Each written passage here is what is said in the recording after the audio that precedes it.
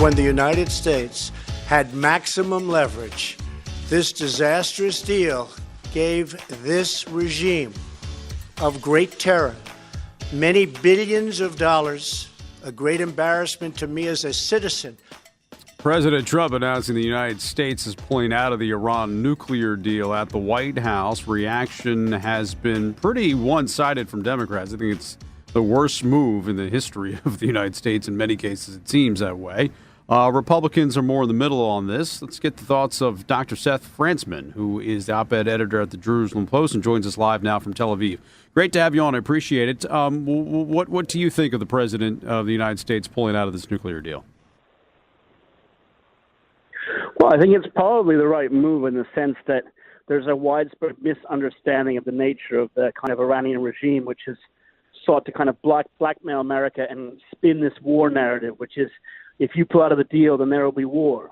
And that's kind of like the crazy idea that, like, your neighbor has some vicious dogs, and they says, well, you have to make a deal with me to accept my dogs, otherwise somehow I'm going to attack you. And you can't really come to a deal if the whole idea is every time if you do anything different, that therefore you're going to be attacked or there will be war. So I think that Trump has successfully taken that card out of the Iranian deck and kind of put the ball now into Iran's hands and said, okay, so let's see what you're going to really do now.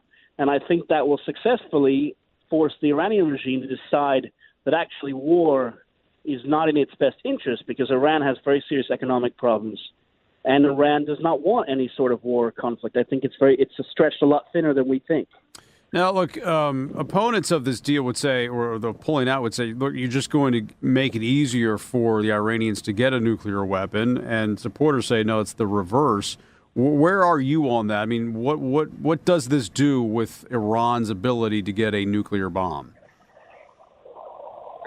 Well, Iran, of course, can try to enrich uranium or what have you and try to eventually get a nuclear device the way Pakistan and lots of other countries have developed nuclear weapons. And I think that we'll have to see if the regime wants to do that. I think, actually, there's a lot of pressure on Iran, probably from Russia and the European powers, that have major interest in Iran not being a nuclear power, that will actually restrain Iran. I think we were under the false notion prior to the deal that somehow only the deal would restrain Iran. Actually, there's lots of other incentives to restrain Iran, and Iran wants actually to keep peace with Europe and keep peace with Russia.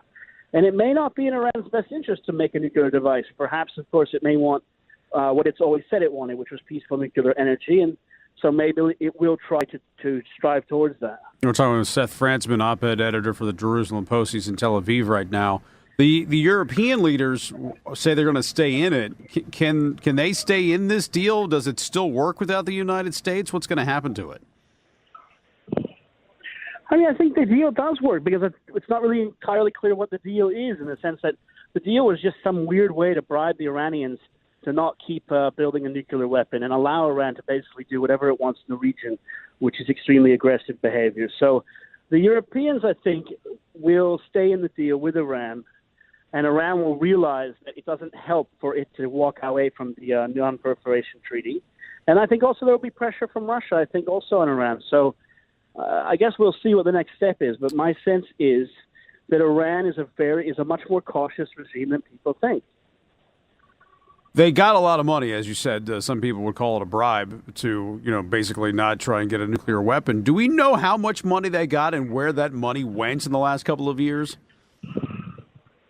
No, I don't know anything about that. I do know, obviously, that there's been trade deals, and we've heard a lot of stories about, I think, German and other officials and companies that were really happy when the sanctions regime was being wound down. They could, okay, now Tehran is back open for business. I mean, obviously, Iran is a big market. It has oil. It wants to buy planes. It wants to buy all sorts of things.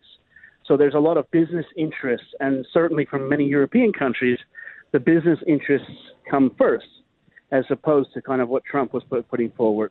All right, we'll leave it there. Seth, great to have you on as always. Appreciate you coming on the show. Dr. Seth Frantzman, who's the op-ed editor for the Jerusalem Post, live in Tel Aviv this morning with the latest on the nuclear deal in the United States pulling out. Congressman Dutch Ruppersberger, Democrat, thinks this is the wrong move. He'll join us later this morning. We'll talk with him at 8:36 here on WBAL.